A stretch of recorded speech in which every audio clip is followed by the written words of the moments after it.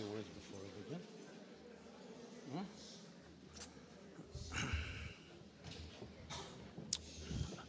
A good Yontiv and a good Chodesh to everyone.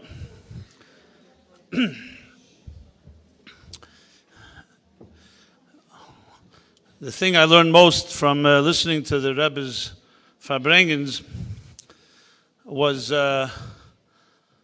standing humble before Noshim Tzidkanius of our generation, which is the way the Rebbe referred to all of you here in this room. And I heard it time and again. He never spoke about the Anoshim Tzadikim of our generation, at least to my recollection. So, if anything, I always feel somewhat inadequate standing here. But being that my dear mother is here in her schus,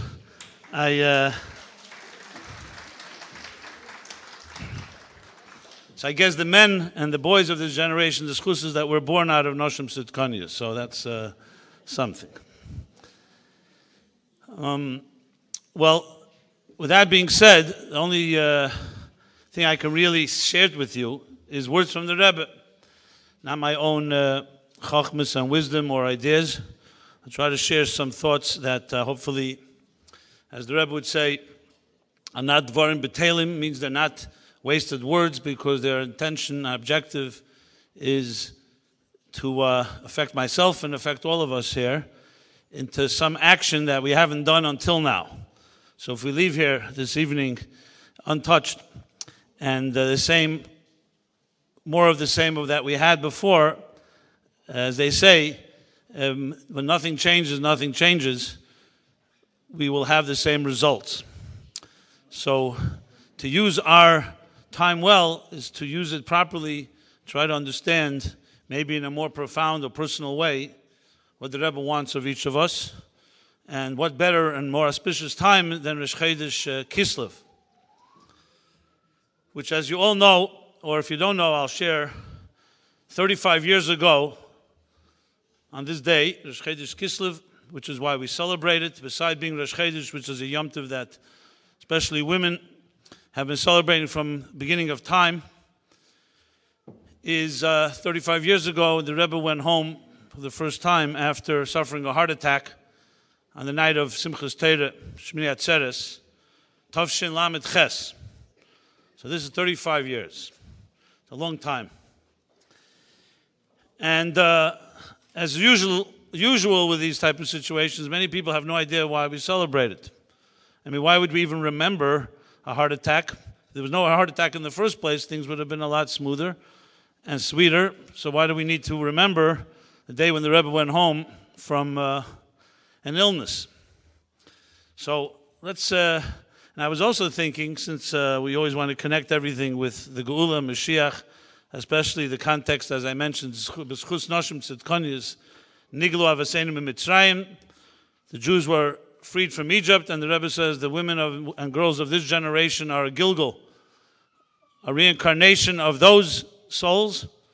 So obviously, it's all connected also to the Geula. So I'll share with you some what they say this from Cheder, which means some secrets, which I believe I could share now because something straight from the Rebbe that connects all this together.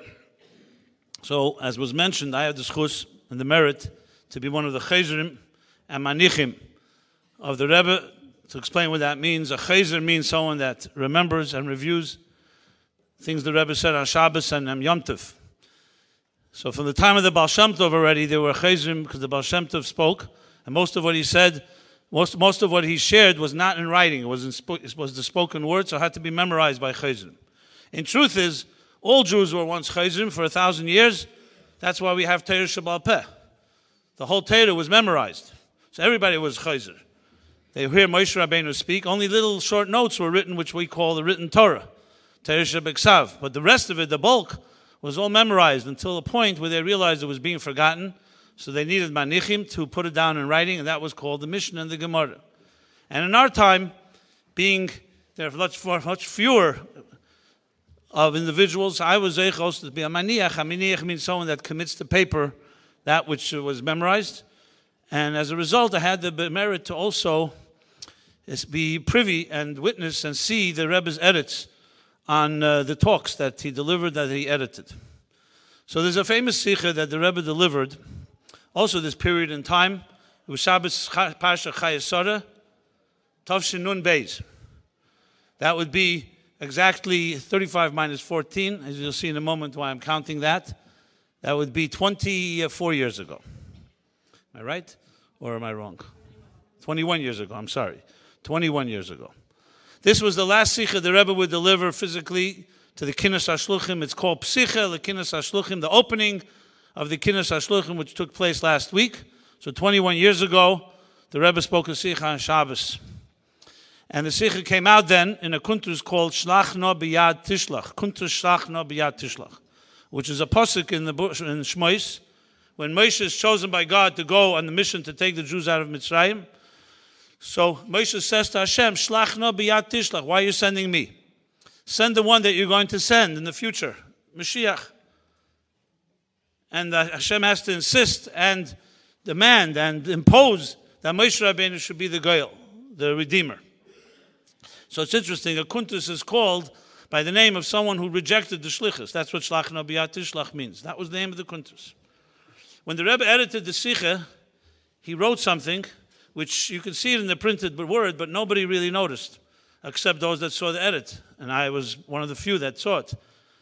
The Rebbe underlined the word biyad tishlach, and made it that biyad is biyad, biyud dalid, which means 14 years from tishlach, from the year tishlach, which is Tavshin Lamed Ches. What is 14 years from Tavshin Lamed Ches? The year of that Sikha, Tavshin Nun Beis. 14 years. That's what the Rebbe wrote. So, it was never spoken about. I think this is the first time it's ever been publicly said. What does this mean? Why would the Rebbe emphasize that? Why is it important to know that Tavshin Nun Beis, which happens to be the year, sadly the Rebbe also suffered a stroke a few months later, which would begin the hell and vehesta that we're dealing with today, and Gimel Tammuz and so on, Chav Zayin Oder. Why would the Rebbe emphasize Yad Tishlach? So I did a little research. And someone told me, someone from the insiders, that the Rebbe had a mild heart attack, actually 14 years before Tavshin Lamed Ches and Tavshin Chav Daled. Again 14. In the year 1964, the Rebbe had a mild heart attack. It was not publicized at the time. No one knew about it, except insiders. But this is verified. So I'm not saying I understand all the meanings, but 14 again. And what's 14 years before Tavshin Chav Daled? Tavshin Yud. The Istalkus of the Friedrich Rebbe. Okay, of course you want to know what happened to Tafresh Tzadik Vav, of course, that's next, right? So I actually checked. I didn't go far back. I didn't go back to the beginning of history. I could lead other researchers to do that. But Tafresh Tzadik Vav, the Friedrich Rebbe suffered a serious stroke that affected him. So I can't tell you exactly why every 14 years, and definitely not that it's predestined, God forbid, that something negative happened. But the Rebbe emphasized it in a Sikha about Moshiach, Shlach no b'yad tishlach. So I want to talk about this a bit. Where are we now, if you may wonder? Well, we're 14 plus 7, 21 years from then, from Tavshin Nun Beis. So let me share something on a personal note, and then maybe you can understand some of this, daita denafshe, which means personally. In Tavshin Lamed Ches, I was a bacher, a student in 770. There we go. There's always some musical background.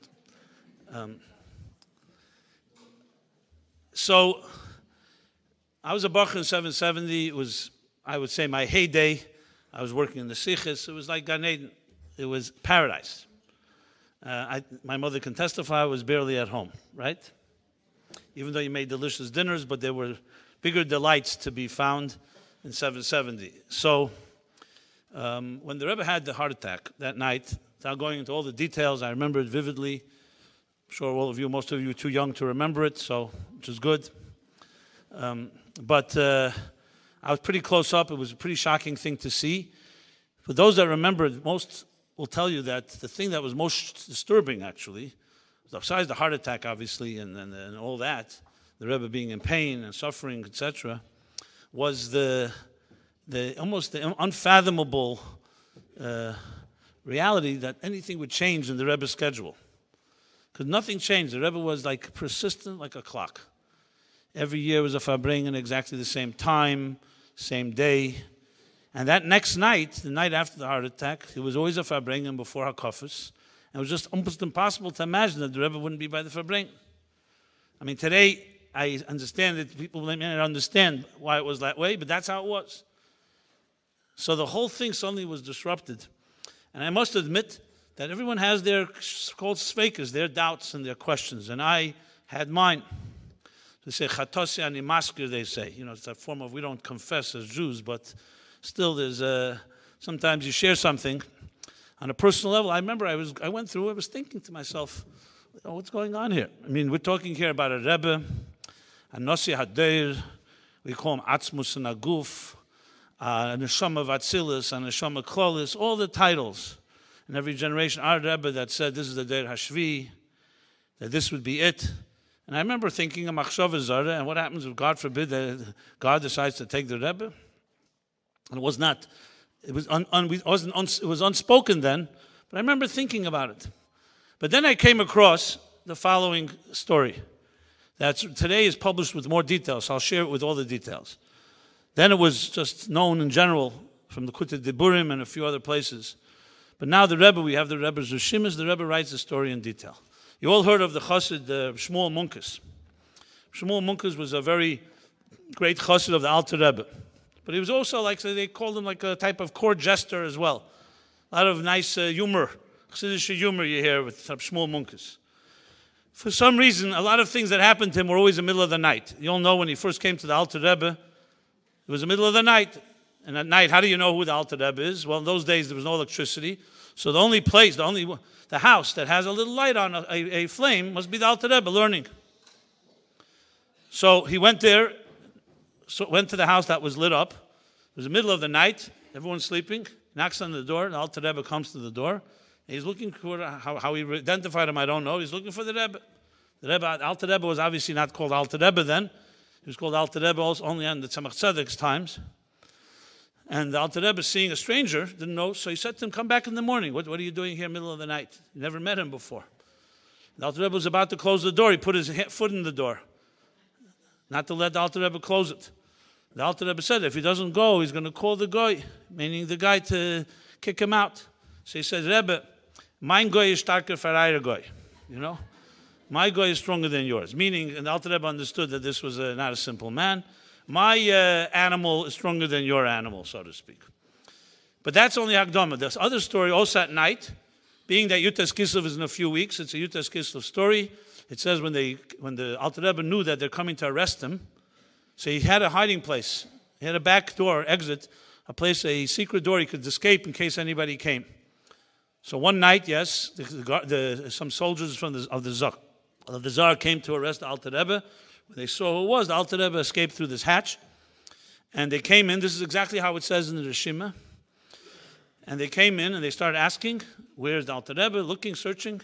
And they asked the Rebbetzin, the Alter Rebbe's Rebbetzin, where is your husband? So she said she doesn't know. And the way they say the Rishima, they slapped her and they knocked out a tooth. That's what it says there. Whatever the meaning behind that is. Okay.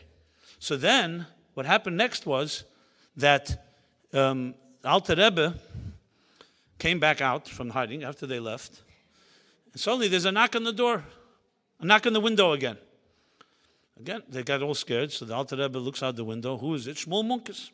Now, why the man always came at night, we don't know, but that's what he looks like, a Nachtmensch, a Nachtfegel.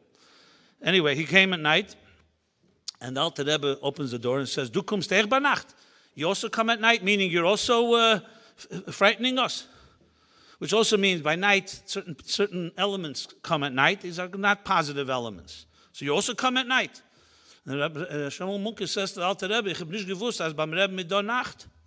I didn't know that by the Rebbe there's a night. Meaning that the Rebbe has anything to be afraid of. And then the story continues. And the Alter Rebbe consults with him and asks him, Shmuel Munkus, should I cooperate and allow myself to be arrested? And Shmuel Munkus said the immortal words. He said the following, Mamonevshach, either or. Abe, du bist a Rebbe. If you're a Rebbe, what are you afraid of? Nothing to be concerned about. When Abe nicht, this has never been published. for obvious reasons, but the words he used, and I'll tell you exactly what he said.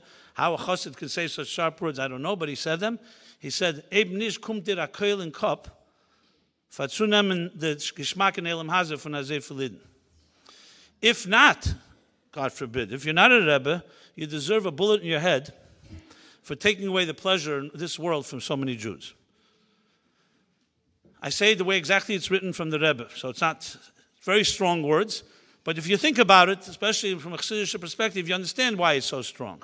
Because it's either or. By Shmuel Munkus, obviously, it was not a suffix, but the Alter Rebbe is asking such a question, he's telling it to him where a Chassid says it. This story, for me personally, had a tremendous, maybe life-changing impact, and I know on some others as well. Because I realized in Tov Shalom et Ches then, that look, it doesn't always work the way you understand. It's not always a logical thing. It's not always going to work the way you get it. Either he's a Rebbe, which you have to decide, and if he's not, it's not only when it's convenient.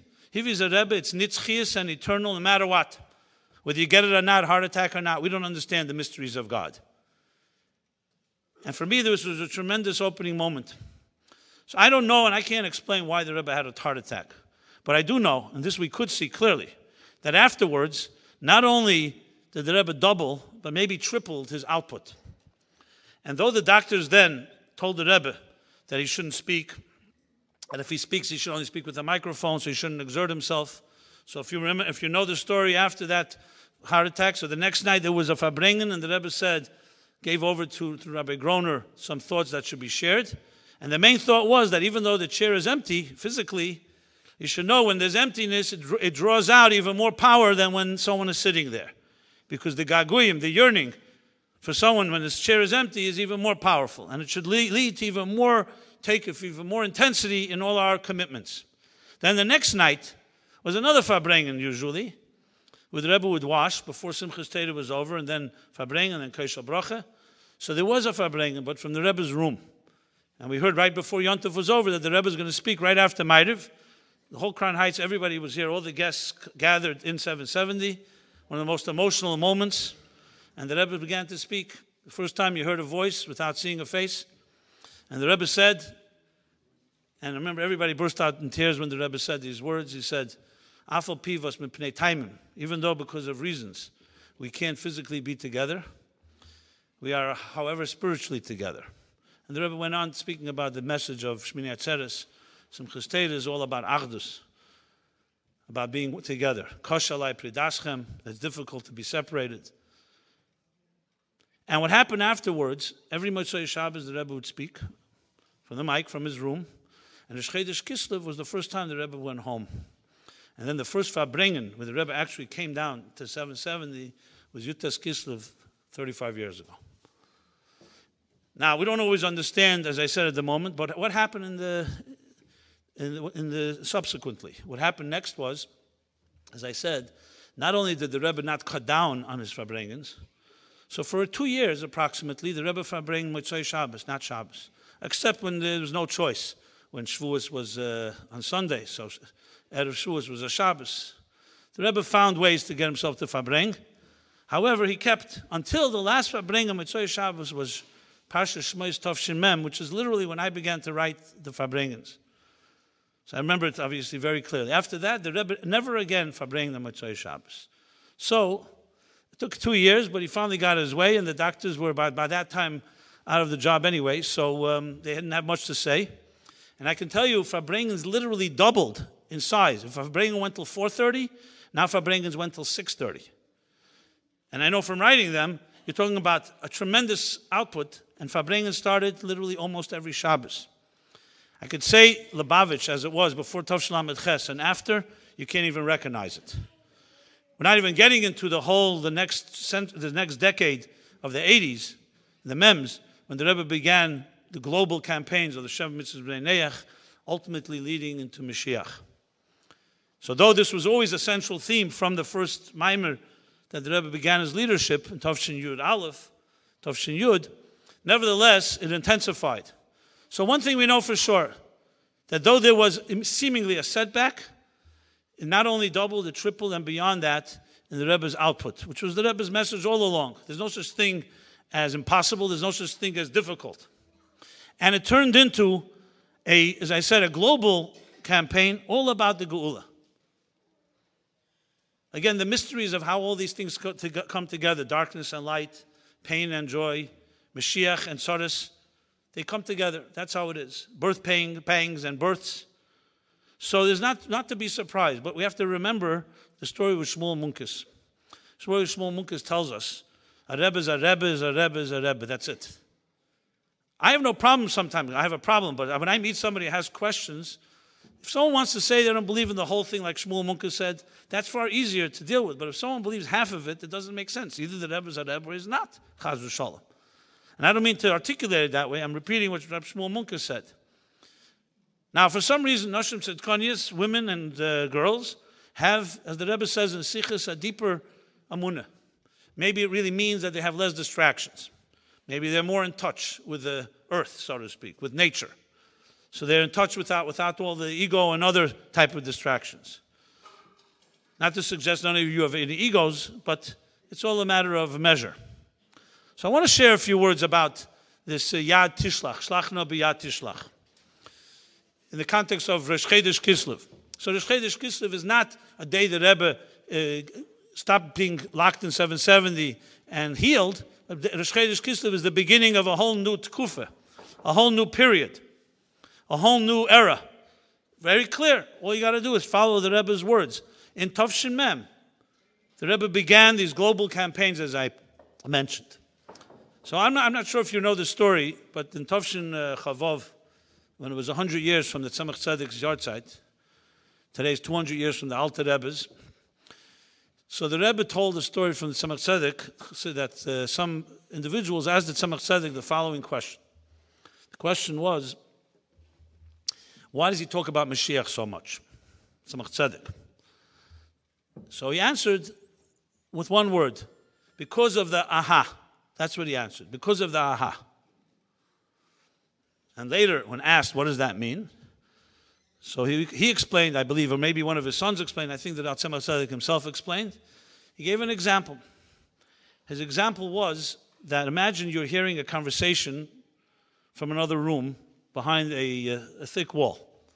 So you hear every second, third word. You can't really put it together. It doesn't make much sense to you. A word here, a word there. And the conversation goes on. It sounds very interesting, sounds like very important, monumental discussion about something. Then the conversation ends, and when the people come out of that room, you go over to one of them and say, what were you talking about? And they say, we're talking about, in this case, Moshiach. Say, aha, now I understand the words that I heard. Because if I didn't hear any words, I wouldn't even know what you're talking about. When you hear the context, then you suddenly realize that the words you heard, aha, that's what it meant. That's what the Tzemach Tzedek's answer was. So we talk about it, it creates that aha type of experience. So when it happens, it's not strange to us. That's what the Rebbe said in Tavshin Chavov. Now you can imagine, as much as the Tzemach Tzedek spoke about Mashiach, the Rebbe spoke a lot more about it. Far more. So I want to talk about that in the practical terms. You know, now is 21 years since we heard the Rebbe speak last time, the Gashmis. I said, Chayes Saran Nun Bey is one of the last sichos to the Kinus HaShluchim, and the sichos where he says, Shlachno b'Yad Tishlach, Yad, meaning 14 years from Rosh Chodesh Kislev, from Tavshin Lamed Ches, from Shmini Atzeres, Chanukah, that year, by the way, the Rebbe had a Farbrengen and he washed and gave Kesha Bracha. It was clearly a tashlumin, like repaying what he did in Farbrengen and make a Kesha Bracha on Simchas Torah. The Rebbe said it. So Sukkot is Chanukah, the 8 days of Chanukah correspond to the 8 days of Sukkot. So clearly the Rebbe was fully redeeming whatever had happened. So the thing the Rebbe says in the Sikh in Chayes Sarat Tavshin Beis, which everybody quotes, but people are still perplexed with, and best proof is we're still in the same situation where we were 21 years ago, and that is, the Rebbe said the Vedas HaShlich is finished, and now the only thing left is Kabbalah's Prei Mashiach Tzidkenu, to receive Mashiach. And to quote the Rebbe in many different siches, we have, open your eyes, the world is ready, we're ready, Tzugi puts the Kneplach, Imduhach and Kulchem, Higiyaz Mangulaschem. I mean, the list goes on. All essentially saying one thing, that the work is finished, but we have to open our eyes. There's something we have to do. Because at the same time, the same Rebbe said, I did everything I can, do what you can. He said, Chav Ches Nisan Tavshin Nun Aleph. And just in case you're wondering, the Rebbe already said it, Purim Tavshin Mem Zayin. Listen to the Farbring and Purim. 4 years earlier, the Rebbe said it already as well, at length. Until this day, nobody can come to any consensus what the Rebbe meant. I'm sure everybody has their own opinion, and they try to live with it. But you know, like the Rebbe would say, you have to look at results. If your opinion is so strong and you really know, then why wear the results? So of course, people's answer to that is, listen, I know. The problem is nobody else does. That's why we don't have results. It's essentially blaming others. Well, I'm not here to do that. So let me share with you a few things. You know, a lot of talk about who's Moshiach, the Rebbe being Moshiach. Relatively, frankly, it's a pretty easy thing for a chassid to believe the Rebbe is Moshiach. The fact that some people have their own sveikas, that's their business. But the question is, if you believe that, what does it do? What action does it spur you to do? What action does it spur it to do? So I want to talk not about the identity of Mashiach, but I want to talk about what does it mean, Yemesa Mashiach. You could have Mashiach here right now in this room and accept it, but that still doesn't mean the world sees it. Like the Rebbe said, you have to open your eyes. So obviously, many people feel the way to do it is open eyes, is force people's eyes to open to identify who's Mashiach, and that's it. If you just recognize that, it'll solve all our problems. And many people think that's what the Rebbe meant when he said, I did everything, that's what you have to do. Identify Mashiach and announce it. As you see, I'm not going to weigh in on my opinion on this matter. I'm just pointing it out because I've heard a few people think this way. But the question is, what does it really cause us to, and what action does it bring us to do? And is it enough? So let's talk about the aha moment, this aha that the Tzemach Tzedek said. The Rebbe said clearly, when he was asked, what does it mean, Kabbalas Pnei Mashiach, he said, to learn in Yoni Gula Mashiach.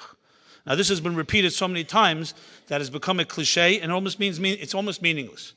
Some people say, okay, so the Rebbe is basically saying we should do what we did till now. We learned till now, you learn a little more.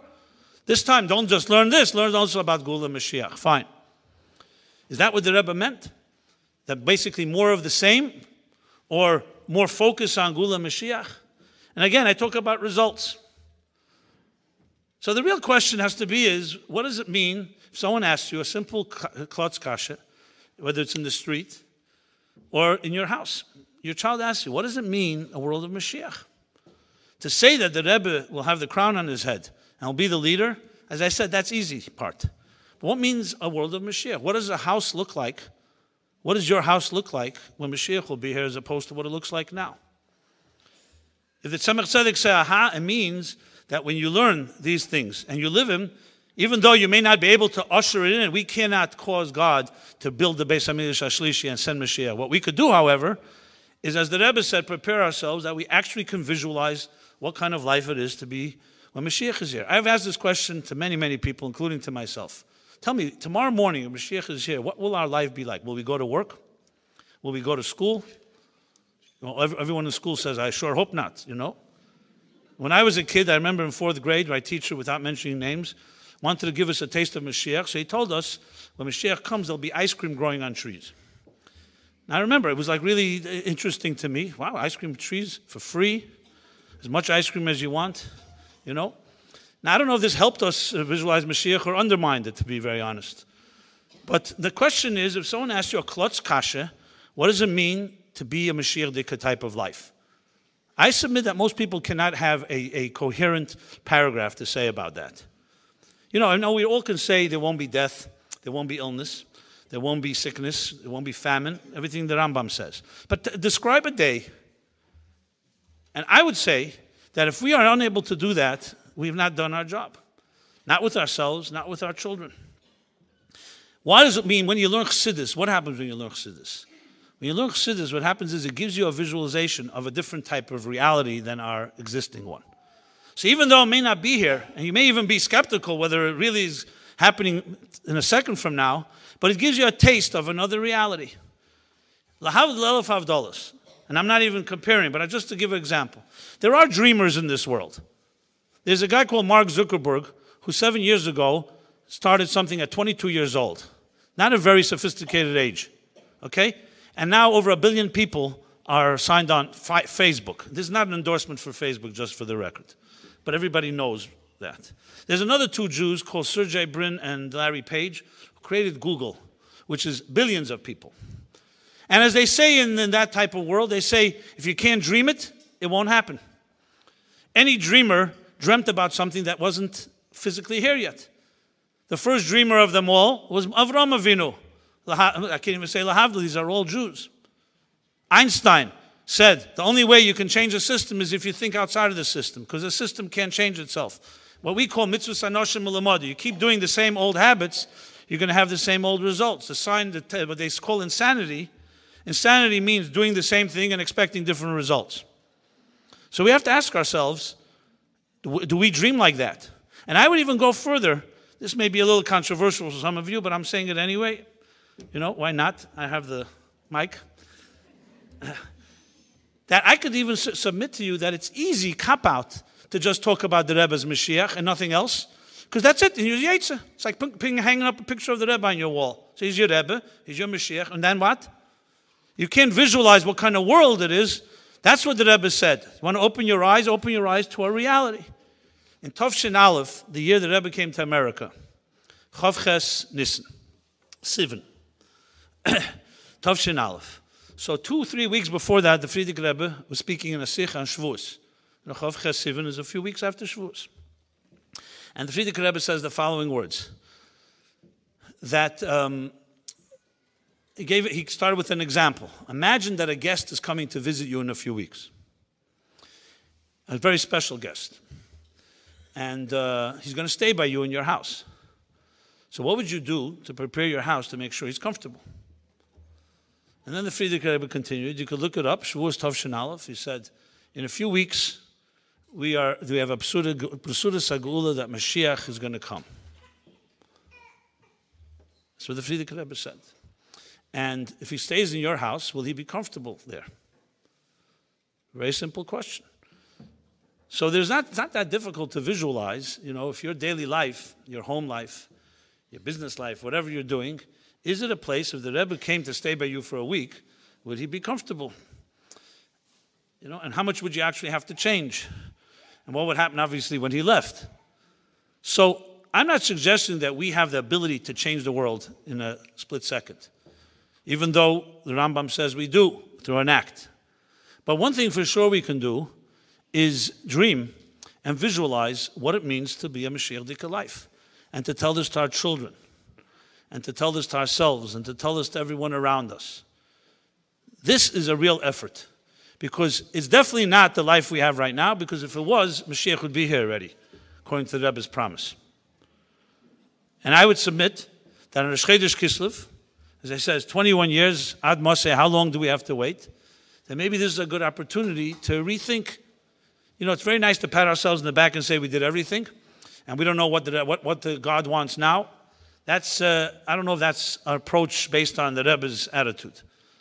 The Rebbe's attitude is always what we have to do more, not how much we've done. And I'm not speaking to you, Musar, I'm speaking to myself as I speak to you. And I was asked to share a few words, so my goal is to provoke myself and yourself to action. And I believe there's much that can be done, because again, it's all about results. It's the aha. So I want to submit a few suggestions, humble suggestions, practical suggestions that are based completely on the sikhs about what we can do. And the first suggestion is, like the Rebbe said once to somebody, and after the Yechidus, the Rebbe used to take private audiences, many people would come to see him one-on-one. As time passed and it was not impossible to do that, the Rebbe began dollars, and there were letters and answers. But then somebody told the Rebbe that, you know, that without Yechidus, he doesn't feel he has the Rebbe's strength. So the Rebbe said to him, every Farbrengen is Yechidus. So he said, but if Farbrengen, everybody's there, it's a whole bunch of people. So the Rebbe said, and when you're one-on-one with me, what power does it have? He says, then I'm one-on-one with the Rebbe. And he says, so the same one you believe in is telling you that a Farbrengen is Yechidus. I'm giving you those strengths. So the first thing I think is most important of all is to personalize. If the Rebbe called you in, you, whoever you are, one person, into his office with your husband, and said to you, I want to give you a shlichus. I'm telling you that the world is ready for the Gula. All you have to do is open your eyes. Exactly the words of the Farbrengens. But there's no one else in the room except you and the Rebbe. And then you ask yourself, okay, did I live up to what the Rebbe asked me? It's 21 years later now, and much has happened, and the Rebbe came to you in a dream or visited you and said, okay, can you give me a dim v'cheshbon, a duch?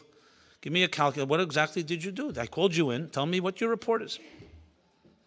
And I say this to me just like I said it to you. I just gave a workshop a few days ago to the Kinnis HaShluchim. I said exactly the same words to all the Shluchim. You know, we're all in the same boat, to be honest. We were all there. And if you weren't physically by the Farbrengen, you heard about it, or it's published, just as if you were there. So the Rebbe called you in. There's a whole different simas lev, a whole different seriousness if you yourself heard it, because there's no one else there.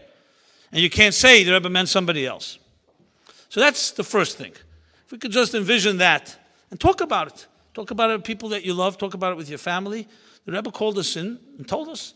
Now, if the Rebbe called you in, so I said to some of the shluchim, I said, listen, I tell you now that if you invest in technology, you'll make trillions of dollars. So I asked a bunch of people, what do you think, what would you be doing? They say, well, we would not leave any stone unturned. We'd consult with every technology expert in the world and figure out how do you make trillions of dollars with this technology. But that's a tangible thing. That's what everybody says. That's money. That's business. We know how to do that. Moshiach is ruchniistic. What are we supposed to do? So I said, what do you mean? Moshiach is a global movement. Maybe you should go consult with some people. How do you create a movement? Oh, that's too much for me. I'm not a global guy. I'm busy with my local. I barely can deal with my own Yetzer Hara. You're telling me to think about the whole world. Okay, so this is what you'd say to the Rebbe. Fine, gesundheit hate. So the first thing is just to personalize it. Because I think if you personalize it, I guarantee everybody here and anyone, you'll come up with ideas. Because it means then you figure out, okay, what does he want me to do? When you're under that type of pressure, nobody can force it upon you. The Rebbe once said by Farbrengen, he said, the times of Rebbe Marash, the Rabbi would sometimes lock the door because people would fall asleep. And he'd lock the door and he'd go around with a shmek tabak and he would wake, and wake them up. They couldn't run away. So the Rebbe said these words. I remember, this is Tov Shin Mem. I think it was a Chodesh Adar. The Rebbe said that today, if we locked the doors, people would break them down. So instead of imposing, everyone should take the shmek tabak and put it under his own nose because they're not going to accept someone else doing it. So we have to wake ourselves up. So that's the first suggestion. I think I say to myself, I say to all of us, to personalize. This is directly to you. And if you don't know what the Rebbe said, go read it. Have someone read it to you. Listen to it. There's tapes, there's sichas, there's plenty. So if you want to begin with somewhere, Chai Yisara Tov Shin Bey is a good place. Chav Ches Nissen is a good place. Purim Tov Shin Mem Zayin. You need exact sources, and that shouldn't be an excuse. I'll be happy to make them available if you need them. That's number one. Number two, the Rebbe made it very clear he wants women as equally to men to learn Chassidus. He made it very clear. He said it many, many times. That Chassidus is universal. It's the Yesodus of Yiddishkeit. The mitzvahs that everybody has to be Mekayim, Amunah, Ava, Yira, Sashem, etc. So I'm sure you all do some learning, but maybe to learn it in a way of visualizing what is the world going to look like when Mashiach comes. Chassidus talks about that all the time. That's the whole Chassidus. To teach you what Ruchnius is. What does it mean? Mola Oretz Deis Hashem Kamayim Layom Mechasim. Just learn Tanya Perek Lamed Vav and Lamed Zayin. The two fundamental prakim the Alter Rebbe describes the world of Mashiach. But learn it with someone slowly in English. Explain it. There's a visualization. He gives a whole picture, exactly what it's going to look like. Guaranteed that if you can imagine it, you're already a step closer. For the aha, the Tzemach Tzedek. But also, it makes it more realistic. And you'll see, it's not a miraculous thing. Mashiach doesn't mean ice cream on the trees, as I reminded my teacher when I got a little older. And Mashiach doesn't mean Tchis HaMesim and all the miracles. Mashiach is a change of consciousness, above all, according to the Rambam, according to Tanya, the first stages. Then there's later stages. But the first thing is awareness. To imagine that it's possible and to live in that type of direction. Frankly, I can tell you, the skeptic in me, the biggest challenge I have is not who Mashiach is, and not that Mashiach will come, is to imagine that tomorrow morning, people are not going to be selfish. And that we'll have a world that people are not hurting each other and not living the same life that they've been living till now. To me, that's the hardest thing to imagine. I can imagine a few people like that, but it's hard to imagine suddenly a world's going to change like that. But the Rebbe said with Feidish that the world is ready to change, and that's undeniable. So yes, I have my questions, But there's no question in my mind that we can convince ourselves and we can convince others. And the Rebbe didn't say you have to affect 7 billion people directly. Affect the people you have an influence on. Which brings me to the third suggestion. Second one, learning some Chassidus and Pasha. And I don't mean just in general learning a Maimer, specifically to envision what this world looks like. So you can describe it to yourself, realistically to you, to your children, and so on. The third thing is exactly that, especially for Noshim Tzedkonius, children, grandchildren. The Rebbe says clearly the chinuch is in your hands even more than the fathers. And especially in those in the moments, the quiet moments that children, when they're young, when they're put to sleep, the nurturing moments that little children are usually more with their mothers than with their fathers. So I'm sure every mother tells their child or grandchild, I love you, and all the other messages we convey, we do in Negelwasser or Shema or Maidani and all the brachas and all the things. Maybe to add into the regimen, not mechanically, specifically not mechanically, maybe create little projects, just like we used to do in camp or so on, to have kids with their imagination imagine what is a world like Moshiach going to look like?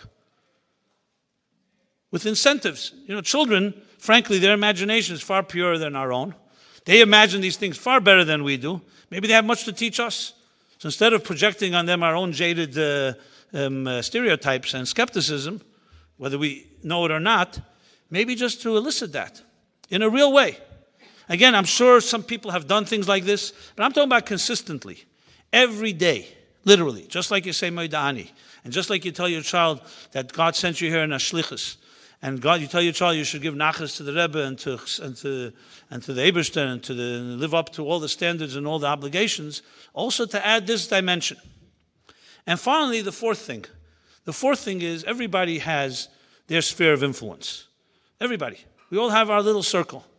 I don't just mean within Crown Heights. It could be outside of Crown Heights, professional circle. It could be people we get to know in one way or another. You can't imagine what can be accomplished when you speak to sometimes even a secular person. Some people are very global thinkers. And you may say something to them and say, what would you do if someone told you don't even have to use the words, that we can affect a critical mass, a tipping point, that will change the consciousness of human beings, and instead of being selfish-oriented, it should be goodness-oriented. What were the Rebbe's words to CNN? CNN came to the Rebbe. This is the only time the Rebbe spoke to the world. He was asked, what's your message to the world? So if the Rebbe spoke to 7 billion people, what would he say? We don't have to speculate. He said it. Mashiach is on his way. All we have to do is increase in acts of goodness and kindness. Now, a Rebbe's word, every word is b'diuk. Goodness and kindness sounds so simple. But what's the difference between goodness and kindness? I'm sure volumes can be written about that. What does it mean to increase?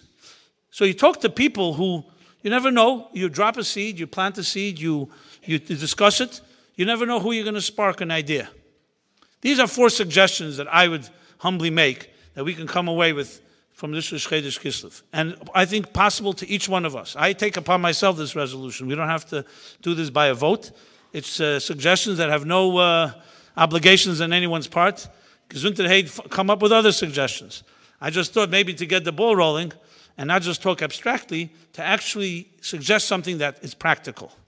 And I have no doubt that if we imagine it, and if we live it, even a taste, and you make, once a month, you say to your family, let's do a Mashiach day. What is it going to look like? You can do it more often, Gesundheit. What is it going to look like? I'm talking about look like not just slogans. I'm talking about life. What you do in the morning, what the afternoon will look like, what is a lunch going to look like, a breakfast, a dinner, how you walk in the street. There's no question, if you can envision it, and Chassidus helps us do that, it is an absolute step in that direction. Have enough people doing that, we can make real ripple effect change. There's no doubt in my mind. I want to just conclude with another story, which I've told before. I specifically didn't want to tell it at the beginning because it would somewhat undermine what I was saying here. But it's always good to share some experiences. So I had the privilege, besides the main privilege, writing Farbrengens and Hanochas and remembering and so on, but also after Torah Meaningful Life came out. So I traveled around the world, traveled around this country, and met many, many people. And especially people in places that don't come into Jewish environments like shuls and Chabad houses, but places like Barnes and Noble and Borders places that they may not even come to hear a talk about Judaism. They came to buy an auto repair manual or something, but I happened to be speaking. And I met quite a number of people this way, which is not common, because how do you meet people that don't come around in environments that are Jewish? Where are you going to meet them? So I was blessed. I met many of them, maintained contact with a lot of them, a lot of unbelievable stories. And it's interesting, you learn most, obviously, from people who have no background at all, because they're not affected. I meet people, for them, Moshiach, and turning a chicken over your head and waving Daled Minim. As a matter of fact, turning a chicken over your head, as one guy told me, is far crazier than believing in Mashiach. Mashiach is a beautiful concept. Why would you turn chickens over your head? You know? Or other things like that. So when you meet people like that, there's a certain, I don't know, I guess it's almost refreshing, frankly, because you can have a conversation that's not based on any so-called mechanical givens. And I have talked to quite a few people like that about the concept of Mashiach, and whether those words or not. And this is common knowledge for anyone that was a spiritual person in the 60s and 70s. That was what they dedicated their lives. They wanted a spiritual revolution. They maybe didn't know how to do it, and they didn't have the right leadership and direction. But given that the idea that the world is going to come to a place of fruition where a purpose will be realized, where what we call neshmose ikir and gufe tofel, where spirit will dominate over matter, this is common language by any spiritual person in this country. As a matter of fact, it would be embarrassing for some of them to speak, because they could speak more about Mashiach than a lot of people who went through yeshiva in our systems. Because they speak about it in a very normal way. Of course, well, materialism will be the dominant force.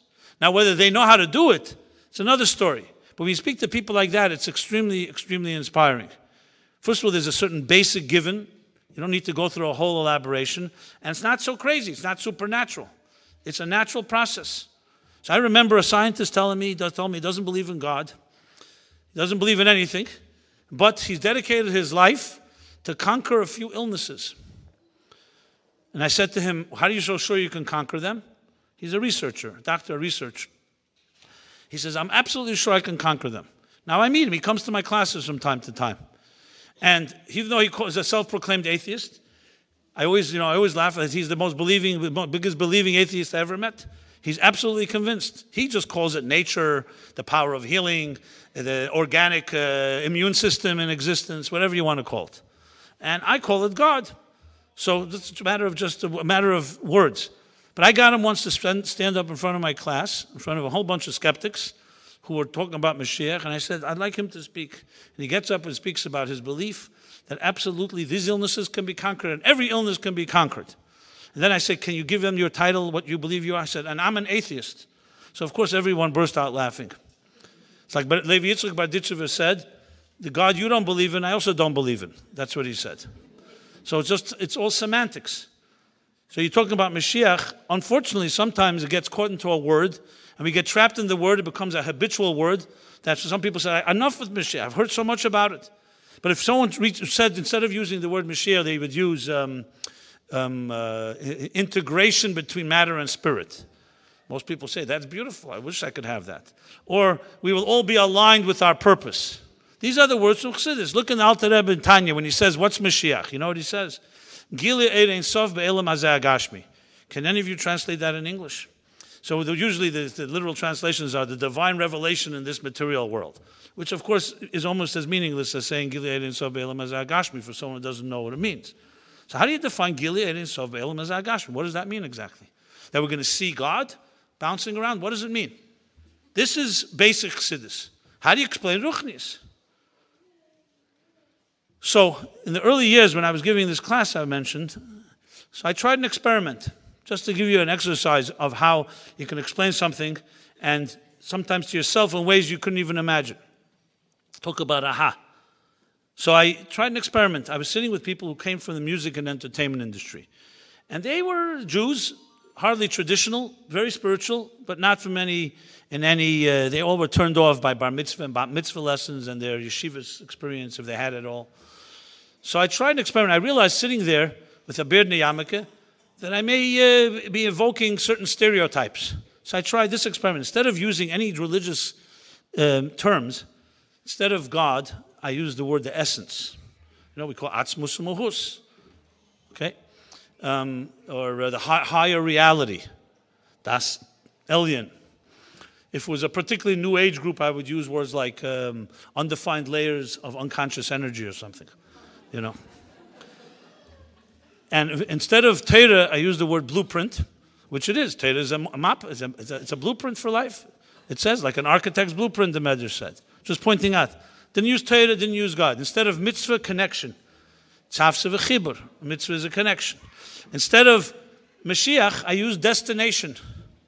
Okay? And I was waxing eloquent and pontificating about reaching the essence of reality and releasing all those energies into existence, making connections by following this blueprint to the day when all of it will be integrated and the form and function will be united as one, and everything about us will be aligned with our inner spirit.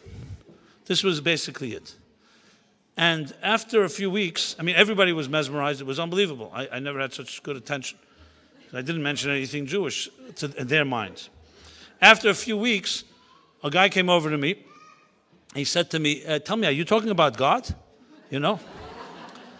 So I said, yes, but don't spoil it for the others. That's what I said. And the experiment worked perfectly. I can tell you I didn't compromise one word what it says in Torah or in Chassidus. Not one word. I just used a different language, which for me was also tremendous. It forced me out of my own comfortable thing. You know, Mamala Kalam, Seva Kalam, Atzmus, Tzimtzum, Kav. We have a bunch of words. Atzilus. When we were in yeshiva, I remember Rabbi asking us, so where's Atzilus? So someone said he thinks it's between Saturn and Jupiter. You know? And in what century there was the Tzimtzum addition? So someone said, I think in the 2nd century. Okay? So you start thinking, 1 second, these things, are they higher than time and space? Do we even understand higher than time and space?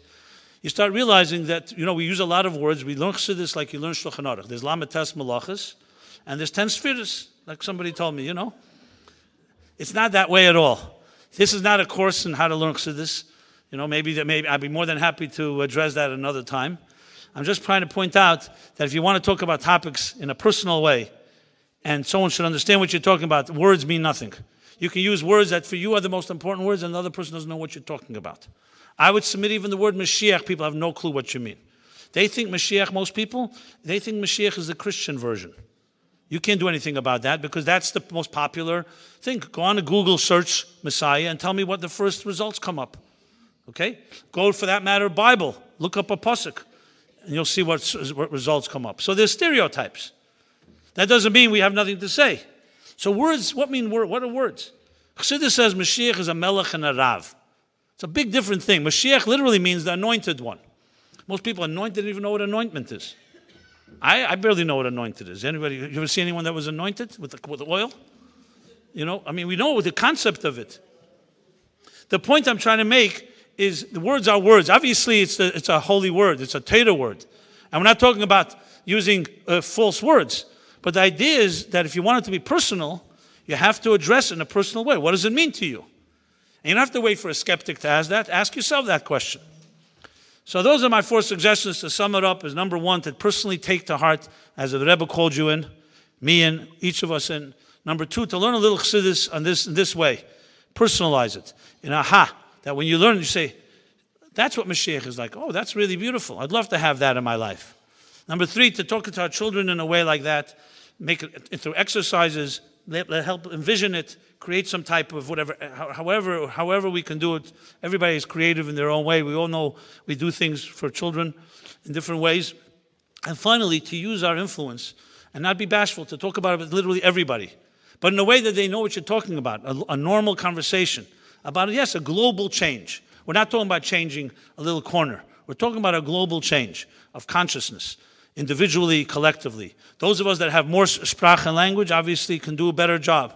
But I think everybody, the Rebbe did not exclude anyone from this mission. And finally, as Noshim Tzidkanius, again, these are not my words, the Rebbe's words. I know some of you maybe snicker when you hear that, but the Rebbe, same Rebbe that said everything else said that. He called you that, which means that you have that power. And we have to accept that. That means that in some way you have a strength that no one else has. In the last year of the Rebbe's Fabrengens in Tovshin Beis, that year, the last year when the Rebbe had the stroke, every Fabrengen the Rebbe mentioned Noshim Tzidkanius. Almost every Fabrengen, if not every one. I remember noticing it. So I have no doubt that you have an ability to speak from the heart in a way that men maybe not have completely, and a way to lead the way, both in your homes, in the environments. The Rebbe wanted women to not just be doing it in their homes, but in every possible way, in the right sneezdik way. The Rebbe made it very clear to lead the way. The Rebbe once said in the Fabrengen that when in the times of the Arizal, the Arizal one Friday said to his Talmidim, time to go to Yerushalayim, which meant Moshiach was coming. And a few of them said, we have to go home and tell or ask our wives. I'm not sure whether he said tell or ask, but one of the two. And when Arizal heard that, he said the moment has passed. The Rebbe once told the story of Fabrengen in the 60s. I don't remember which exactly, and the Rebbe then concluded, so this time around, obviously the Eibishter will be smarter and say the Mashiach is the first going to speak to the women. And the women shouldn't go tell their husbands or ask them, they should go, and the husbands, I guarantee you, will come running after you. That's what the Rebbe said, befedish. So it's like Chet Eitzadas. It says, had the Eibishter spoken to Chava first, it would have been different. So by Matan Torah, he spoke to Chava first. So you're the Nashim Tzedkanis, the Eibishter should bless you all with the Rebbe's keiches, the Rebbe's words should resonate. And hopefully some words that I shared here resonate because they're basically repeating these ideas, just trying to apply them to our personal lives. And the mystery of Yudalad, as I said, I posed the question in the beginning. Can't tell you exactly why it's 14, not 15. If somebody has a thought on that, I'm not sure. But clearly there was something about Shlachna B'Yat Tishlach, the connection to the Chodesh Kislev, Tov Lamed Ches, and Shlachna B'Yat Tishlach in Tov Nun Beis, 14. And we shouldn't have to wait, not 14 years, not 7 years, and not 1 year. But take it from me, Mamish, just this gathering alone, the Rebbe should already have Rachmanis, the Eibishter should have Rachmanis, and the Rebbe said, Tarim Yikrov Ani Ene. Then we ask, even before we ask, we just think about it, we're already Mekuyim, and that alone is the Etzbek Tana, the little effort we make, and it should be the Gilia of Mashiach, Mhedav Yamein Mamish, now, as the Rebbe would say, today, Mashiach should come through the door and lead us to the Yerushalayim, Irakedesh, with the Beis HaMikdash HaShlishi. Thank you.